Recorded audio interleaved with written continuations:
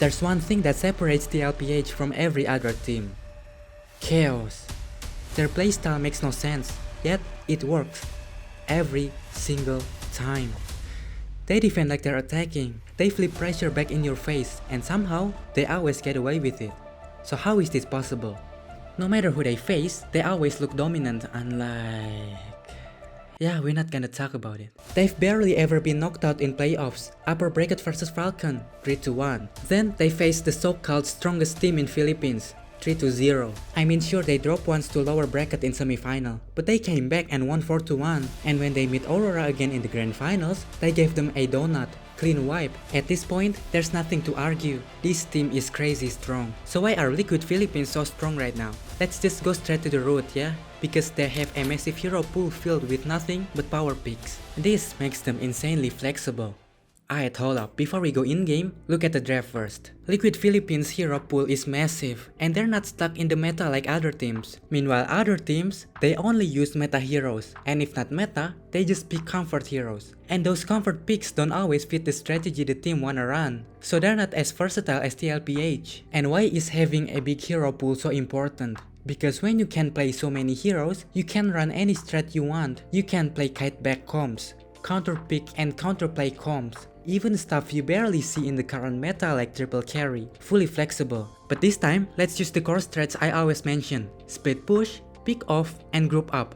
You all know these three counters each other, right? So if your hero pool is big like TLPH, you can just adapt your gameplay depending on the enemy. For example, look at JP as the roamer. He can play backline diver, initiator, and cover type roamers. And those three roles all have different playstyles. Wanna play pick off? Use diver. Wanna group up? Use initiator. Wanna split push? Use cover. And each one counters a strategy too. Cover counters pick off, diver counters split push because they can instantly jump the guy pushing, initiator counters pick off because you either force a fight or scatter them before they're ready. So just from the roamer alone, they already handle these three core strategies. They can just pick whatever counters the enemy team. And that's only for the roamer. We haven't talked about the jungler, gold laner, mid, or XP yet. Basically, this team's composition options are just perfect. It's different from other teams like Onyx for example. They lean more into the group up style, right? With their super disciplined playstyle, always maximizing tiny openings from the enemy. But Liquid isn't like that. They have way more playstyle options, and automatically that makes their opponents confused on how to counter their draft and counter their gameplay. Especially because Liquid loves stacking surprise picks. Like, seriously, who the hell picks the Rizla in a fast-paced meta like this? So you get confused, right? Because yeah, their hero pool is just that big. And that's also why they always win the draft so often. You see, Liquid's first 3 picks 90% of the time are 2 flexible heroes and 1 meta hero, or the other way around, and the rest are just counter picks like here. Liquid's first 3 picks were Zuzin, Arlott, and Basha. 2 of those heroes are extremely flexible. Arlott can be XP or roam, Basha can be roam,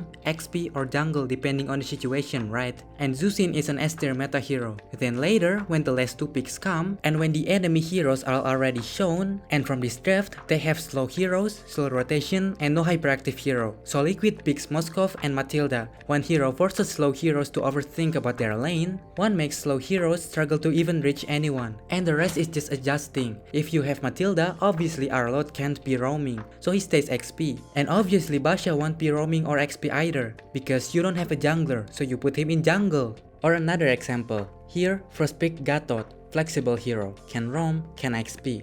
Second pick Yi Sanshin, meta hero. And Arlott, also flexible, can roam or XP. But because there's a Gatot, 90% of the time, Gatot will stay roam, and Arlott will go XP. But they can still switch it up if the enemy picks an XP laner that counters Arlott, because Arlott and Gatot are a different kind of XP laner. And the way you counter Arlott and Gatot in lane are different too. And then Aurora picks heroes that is easy to get gangbang and literally can't do anything once targeted. And their cover hero is a part initiator. So in long team fights, Aurora has no real cover hero because Hylos is going to run forward regardless. So Liquid just picks backline diver to counter both. They don't even need to pick a late game hero anymore because their jungler already scales mid to late game. And they already secured the early game with Selena and Arlott. So yeah, their first picks are always meta picks or flexible picks, and the last 2 are for counter countering the enemy heroes and making the comp work. And done, they won the draft. And you can't really respect ban 1 or 2 players against them. Like if you try to ban Sanford and JP's heroes for example. When you give them objective control heroes like in game 2 versus Onyx, dudes are terrifying, right?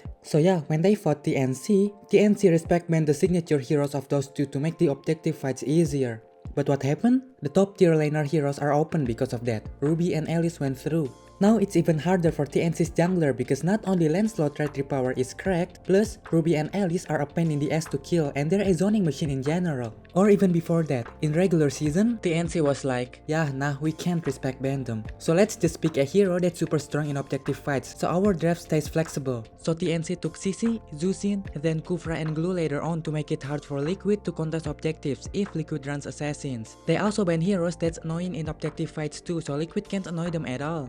You know what happened next? Liquid doesn't even use assassins. They go Basha jungle plus heroes that have a really long range. And suddenly, TNC loses in range advantage because they cannot touch Liquid's heroes easily anymore. So yeah, respect ban or respect pick doesn't really work on Liquid because their hero pool is gigantic. And all their picks are power picks, unlike other teams that can still get shut down with respect bans or counter picks. Like, take Onyx again for example. In regular season, they were insanely strong with objective control stats using Zusin. So in playoffs, TNC just keeps banning Zusin. Like literally in game 1 to 5, they spam ban that hero. And that helped TNC beat Onyx because they removed one of Onyx's core and essential hero to run their style. But with Liquid, you can't do that to them. That's why if you look, most teams fighting Liquid almost never respect ban a single person. Instead, they ban one hero per role like Aurora did in semifinal. Look, every role on Liquid got targeted. So yeah, you simply cannot respect ban Liquid. The bottom line is their hero pool is insane. No matter how weird the draft looks, it still works because the foundation of this team is massive hero pool, power picks everywhere, and can play literally anything. And it's not just the heroes, their formations are flexible too. Especially during crucial moments, like on deciding team fights, they can switch formations on the fly. The formations they use most often are variations of 3-2 and 4-1. Let's get to the basic first before we go into variations so you all know what I'm talking about. So 4-1 formation is basically 4 being grouped up together, usually at Lord or anywhere, doesn't matter, and one on the other side of the map. And that one guy is always a hero who can escape, rotate fast, and clear fast, so they don't get kidnapped and can instantly rejoin the fight if needed. For gold laners are Moskov and Cloud, XP laners are Esmeralda, Uranus, Paquito, and Bene. Junglers are Fanny and Ling, basically heroes that are hard to kill and can clear kinda fast. So why use 4-1? It's basically to win lanes, force someone from the enemy to go home, and because the solo pusher can rotate back fast, Liquid gets number advantage at Lord. But if nobody goes home, that guy can just continue pushing, making the enemy overthink, like should we defend high ground or contest Lord? If they defend, you get easy or even free Lord. But if they contest Lord, they might lose a turret, like in game 1 upper bracket semifinal. You can see Liquid using 4-1 for at Lord and Oheb slow pushing the far lane, so Aurora gets confused, defend bot or commit to Lord. When the enemy is mentally split like this, Liquid can take the first move. They can engage, split push, or burst the Lord. Here, Liquid choose to burst the Lord because Aurora already sent 2 people mid. Then JP gets vision from that grass because of Sanji Selena, and Sanford is blocking light so he can't enter and get vision. Also the bot plus mid wave are about to crash into turret, so Aurora has to defend. So when Aurora overthinks, Liquid punishes, a perfect advantage. That's the power of 4-1. You force the enemy to choose between losing turret or losing something crucial, or losing the base entirely. And Liquid's 4-1 isn't only for split pushing. They can also put 4 at Lord, 1 flanking, 1 at Lord for pushing, 1 buying time, and the rest Lord. They have multiple variations, and that's only just 4. As for 3-2 formation, same idea, but use when your team doesn't have a fast rotating hero, and your wave pusher is squishy or late game carry. If your comp are walkers, slow movement, slow clear, you can't leave that guy solo the lane alone like in 4-1 because they're easy to pick off, especially if it's your late game damage dealer. So in 3-2, this guy helps to cover them. And the strength of 3-2, if a fight suddenly breaks out, those two can instantly flank after clearing, turning the fight into a front back sandwich. But if there's no fight, they can just keep pushing then go Lord. Simple, safe, and deadly when used right. And that's only just 5 formations Liquid like to use. The problem? Liquid's hero pool is massive, so the number of formations they can run is insane. almost too many. Even for just the 3-2 formations, they have a lot of variations. From the gold lane side, Oheb can be paired with JP running a cover roamer, or with Sanji's Luyi for fast rotation. Jungler side, Kraltazi can be paired with Sanji using pick off heroes, where Kraltazi becomes the bait. XP laner side, Sandford can use a stone hero and combine it with Agile gold laner. Or they run a double teleport mid setup where JP ults with chip after they bait, then kill the defender with 5 people so they can't escape, then teleport back to Lord with Luyi. See? Just for 3-2, Liquid has tons of variation. Almost too many. They're insanely flexible unlike most teams. I mean, other teams lean towards objective control, pick off, or momentum playstyle, right? But none of them are as flexible as Liquid. Why? Because Liquid's jungler can play damage or tank, their mid can play damage or utility mages, and their roamer can shift playstyle anytime. So Liquid's formation and mind games are free-flowing. That's what makes them unpredictable. Like other teams won't leave their jungler alone when their lord is upright, especially on a walking jungler like Alpha because it's risky as hell. But Liquid, they don't care, because they exactly know how to play it. Look here, Onyx has perfect lord setup, group together, wave clean, and good position. Meanwhile Liquid, only Alpha is seen and no one is seen on the map for the last 30 seconds. So this makes Onyx hesitate. Suns even start searching for vision because they don't wanna rush. They know if one of them get kidnapped here ends the game. And that hesitation, that's the trap. Liquid runs 1-1-3 here. Their 3 are heroes that are monsters in the enemy high ground. Heroes that make defending hell. And they're patient. They wait until Onyx wave dies so they won't appear on the map. Then they walk up, almost ended the game right there. That's Liquid. They're always disciplined, always patient, always waiting for the crack, then finding their winning condition and striking. And that's only 3 formations. We haven't even touched 2-1-2, 3-1-1, 2-2-1, and many more. And because of their formation flexibility, it automatically makes their laning always good. And another thing that makes Liquid insanely strong is their consistent pressure in every lane and map domination. Seriously, I'm sure you already know because if you watch Liquid closely, every time Liquid loses, it's because their early game pressure and zoning doesn't land. That's it, that's the formula. You saw it yourself in playoffs, when Aurora picked early aggressive heroes and shut down Liquid mid's trio. Liquid went Hayabusa plus Lunox, snowball heroes, need items to function. But Aurora? They don't even need items. They're already strong just by spawning in. So what happens? Liquid can't get early pressure, can't move the map, and suddenly they're the ones getting choked out. Sanji couldn't even hit level 4 because he was zoned the entire time. So mid laner with no ult equals no tempo. No tempo equals no snowball. And Liquid without snowball isn't the Liquid we know. So Aurora wins in level, wins vision, wins the map. All they have to do is just play clean and don't troll, and boom, they win.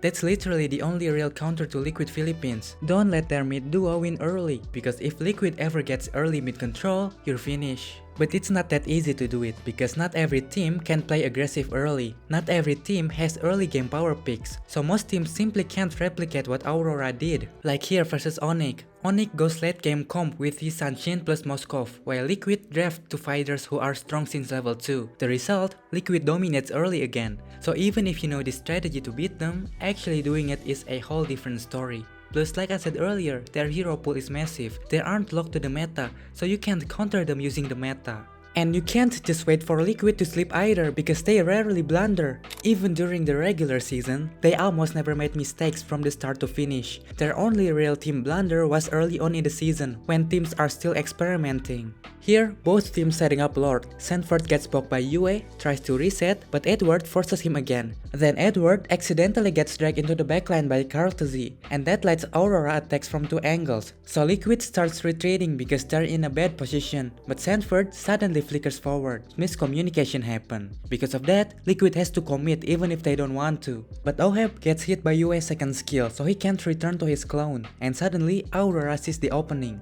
Liquid use all their skills, the annoying hero died, so Aurora wins the fight and the game. And that's like the only real Liquid blunder in all of season 16. Not because they played bad, no, but because there was an unexpected moment plus micro mistiming, and even that almost never happens. So the reason Liquid's pressure always pops off is because they always win the mid duo control. That's why their mid duo often uses comfort power picks so they can maximize the impact. And that's why you still see them pick stuff like Selena, Luyi, Chip, Kagura, even if those heroes aren't the top tier meta anymore. But for Liquid, they still force value out of them. Honestly, this whole pressure plus map control concept is a basic part of macro. I'm sure you all already know what poking and zoning looks like. Like, if you wanna take the Lord, you don't hard commit unless your whole team is ready, right? So you do a Lord dance first, check position, zoning, and wait for timing, right? But what makes Liquid different is they do all of that in a different dimension. The way they zone without getting picked off, the way they poke without getting poked back, the way they control objectives. It's just next level. And that happens because they always win the early game first. Because if you win early, you win level, you win position, you win gold, simple math. And also, because their hero picks are outside the meta, they always combine that with completely unpredictable movements too. And this makes it really hard to counter Liquid's playstyle. For example, in week 8, Liquid pick Akai jungler plus 2 heroes that are really strong in objective fights and also team fights. Brand already kinda figured out how to counter strategies that stick to objectives like Lord or Turtle. Basically, they needed heroes to make the enemy overthink, so they wouldn't just sit there 5-man camping at Lord. So yeah, they picked Moskov. I mean, Moskov is horny for turrets, right? So like it or not, you'll have to send at least one person to defend. And once someone rotates to defend, Moskov can just teleport back to Lord and win the numbers game. This can make the enemy overthink if done correctly. But because Liquid's hero pool is ridiculously huge, they don't mess around when it comes to countering. They counterpick using the teleport duo just to handle Moskov. It also works against Farsa too, since Louis can flank Farsa, but this one's mostly to deal with Moskov in the late game. So basically, if Moskov is pushing the lane when they're about to take the Lord for example, Chip can guard the lane, and if Moskov goes too far forward, he can auto summon his teammates, and once Moskov is taken care of, they can instantly teleport back to Lord using Louis' ultimate. And if Moskov doesn't move up, Chip can still quickly teleport to Lord using his passive after clearing the wave. So Liquid's laning doesn't fall apart at all. Now that's just the draft. If you look at their gameplay, they always poke and chip away at enemies in the mid area. They doesn't even bother touching the minions. And this isn't just in this match, they always do the same thing in other games too. These kinds of early game things really messes with the enemy's mindset, because when they keep getting poked, their HP slowly drops. And it creates this mental image that they have to move carefully anywhere they go because every step equals damage. Even though the damage looks really small, it can add up if it happens often. So Farsa and Matilda, who are supposed to be really strong at poking, end up being forced to play passive instead. Meanwhile, Liquid gets to move more freely since the enemy is scared of getting poked all the time. And the way they control the map isn't just through zoning or poking either. They also play mind games. Like here, the mid lane wants to sandwich the gold laner with Oheb. Now usually when a mid goes for a sandwich play, the roamer will follow the mid laner, right? But JP doesn't. Once he sees Lancelot go in bot, he just stays in his grasp because he knows Lancelot already saw him. That alone makes Lancelot hesitate to go in since Yi Sanshin has been missing on the map for the last 30 seconds. So Lancelot has no idea where Yi Sanshin is. So if Lancelot decides to dive here, he could literally get lifted and fed to Yi Sanshin, who might just be camping in one of these bushes. So yeah, Liquid basically owns the entire map here. Brand, who's running Jauhead, Uranus, and Valentina, heroes that should be controlling the map, becomes the one getting controlled instead. Even Oheb's choke can move freely everywhere. And Brand's core heroes are struggling to farm because they're constantly being followed by Liquid's mid duo. And that's what we call pressure. Not just zoning, but mind games too. The point is, the constant pressure from Liquid's mid duo creates massive farming space for Oheb and Karl'Tezi, since the enemy's focus is entirely on that mid duo. So Karl'Tezi and Oheb barely got touched. Like, come on, how can you focus when you're just trying to take a cockroach and JP keeps harassing you non-stop? And it doesn't stop there. The pressure continues all the way until the end. Look at Sanford, JP, and Sanji. They keep zoning right inside the enemy's base. That's why Liquid's map pressure is terrifying. No other team so far can match this level of map control from early to late game. So yeah man, I'm just gonna say it. I fully believe Liquid is taking M7 no doubt.